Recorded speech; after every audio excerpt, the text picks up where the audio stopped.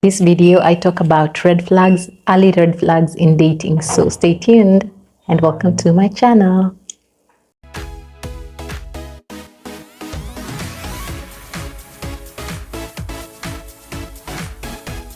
Those who are new here, thank you for joining me. My name is Everly Junior, and for the continuing subscribers, thank you so much for sticking with me as usual. I love you, I love you, I love you. So continue on telling a friend to tell a friend about my channel, and I truly appreciate you watching my channel.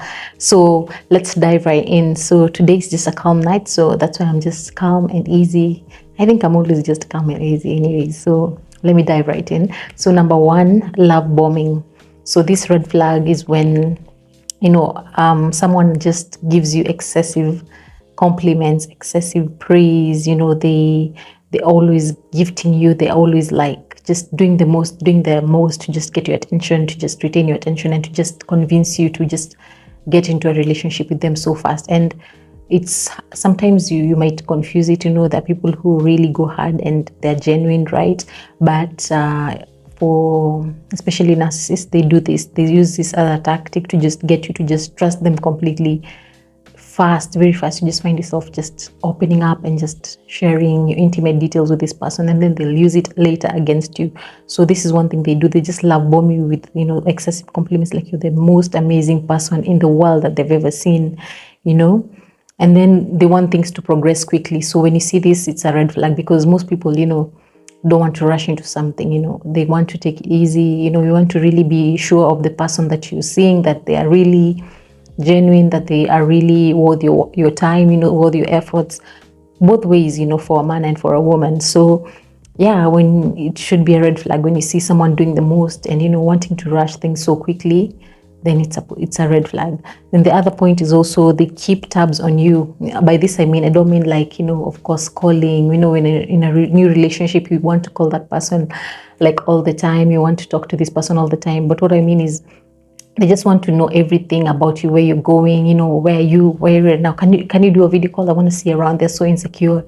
They think probably if you're a woman, you're maybe seeing with other men, you're probably walking in the company of other men. So they want you to like video call just to show them that you're with your friends, as you said, or something like that. They just want to keep tabs on you. Like they just want to call you incessantly and just want to know everything, every detail about you, which is not good.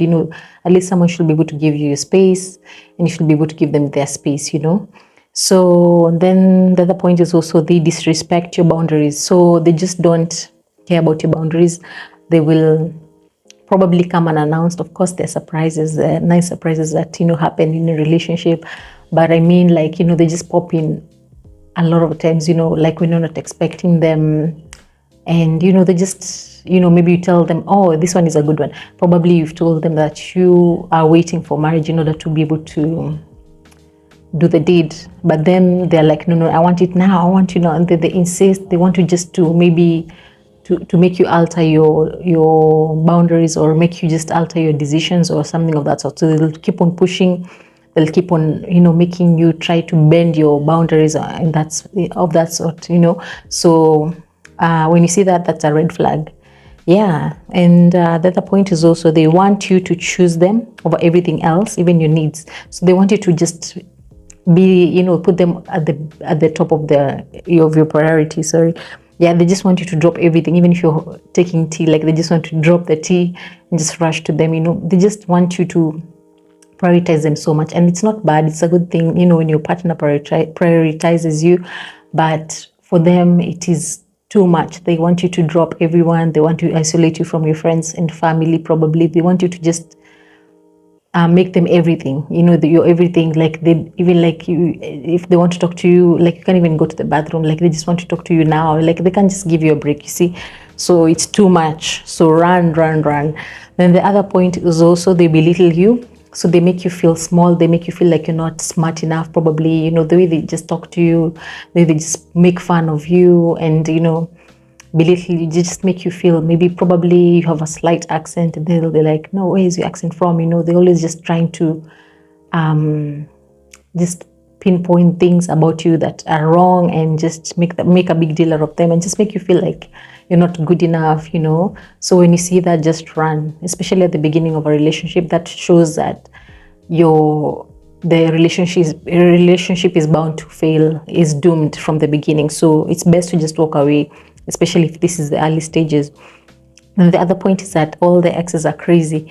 So you find they just talk about all the exes are crazy, and you can be a good person for real, and probably that's true, but it's very rare, that all your exes are crazy. I'm sure you have one, you've experienced one who maybe you are the one who broke their hearts, or you are the one who disappointed them. Let's say, maybe you broke off the engagement, probably you just broke their heart and just disappointed. Maybe they're not, you didn't feel like they were the perfect fit for you. So yeah, it's not that all your exes are crazy, but for them, they paint this picture of they're perfect and that all the exes are crazy. So maybe when you come to find out, the real truth is that they're just making things up. Probably the exes were nice, but they just, especially narcissists, they do this a lot. They'll paint the ex to be the villain and in the story, and you'll come to find out that probably this person is the one who's the villain.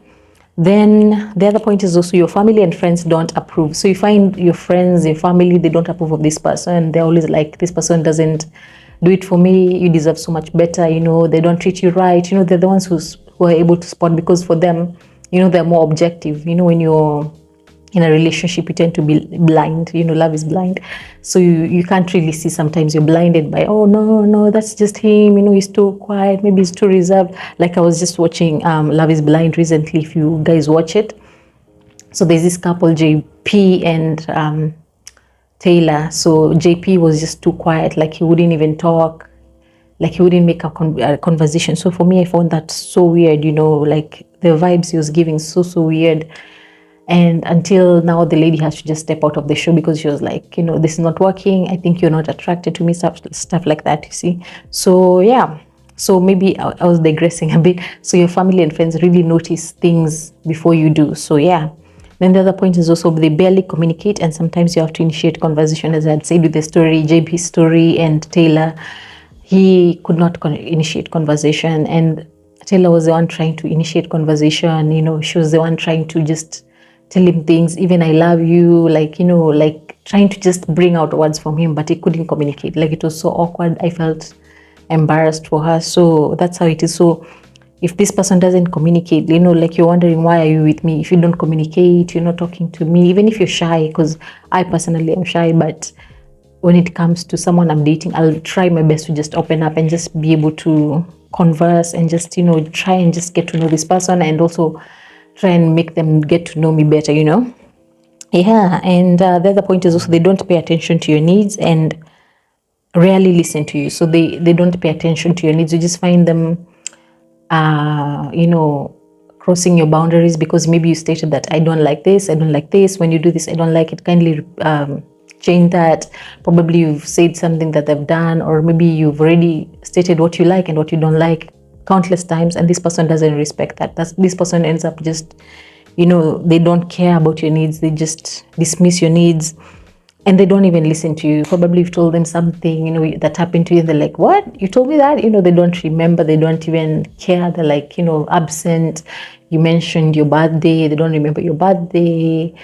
And as I said, in previous videos, like if you don't remember things, you can always like write it down in your calendar. So like someone who doesn't really pay attention to you is a red flag, because it shows if you're so nonchalant in these early stages, then what will happen when you're 50 years in the relationship? Like what will happen? It would have died down. Everything would have died a natural death, the love, the spark, so it doesn't make sense when someone doesn't pay attention to your needs. And the other point is also they don't initiate dates, and are often hot and cold. So they're often hot and cold, 1 minute they're all about you. They're like, wow, I need to meet you. And I don't like when someone is all about the words. They tell you this, we're going to do this, we're going to take a safari in Kenya, and then they don't do it, So I don't like someone who's hot and cold. So this person is hot and cold. They don't initiate dates. They don't look for you, they just, and you're wondering like, what are we doing? Are we dating? What are we doing? Then don't label it. Then just say we're friends, or we're not anything, Yeah. Then the other point is also they have anger issues. So This person is just angry, like you've seen them get upset over the littlest, smallest things, and they just blot it out into out of proportion. Maybe they shout at the waiter or waitress, they just, when you're out there. So when you see these little things, it shows that one day they'll be able to just get angry with you, and maybe snap, maybe even, who knows, even hit you. So yeah, those are the things to look out. Like when someone is really angry, and like a lot, of course it's natural to be angry, granted, in a situation, but when this person is just angry over issues that are trivial, doesn't make sense. Then the point is also, you have a bad feeling about this person. So yeah, you have a bad gut feeling. In your gut feeling, you just feel, they used to say, oh, when you get butterflies, that's the one. But we're learning that it's not always the case. So you find that this person is not good for you. You just have weird vibes whenever you're with him, and I mean, him or her, for men. So you're not comfortable around this person, you're not free, you're not yourself, you just do things that are weird, so yeah, that's wrong to feel like that. And they're controlling, they want to control everything, they want to control how you dress, who you talk to, where you hang out, what you eat. They're like, no, you don't eat that, that will make you fat, I don't know, stuff like that. So this person is controlling, then wear your shoes and run. Then the other point is also they're egoistical. So when this person has so much ego, they run their lives with their ego. Like they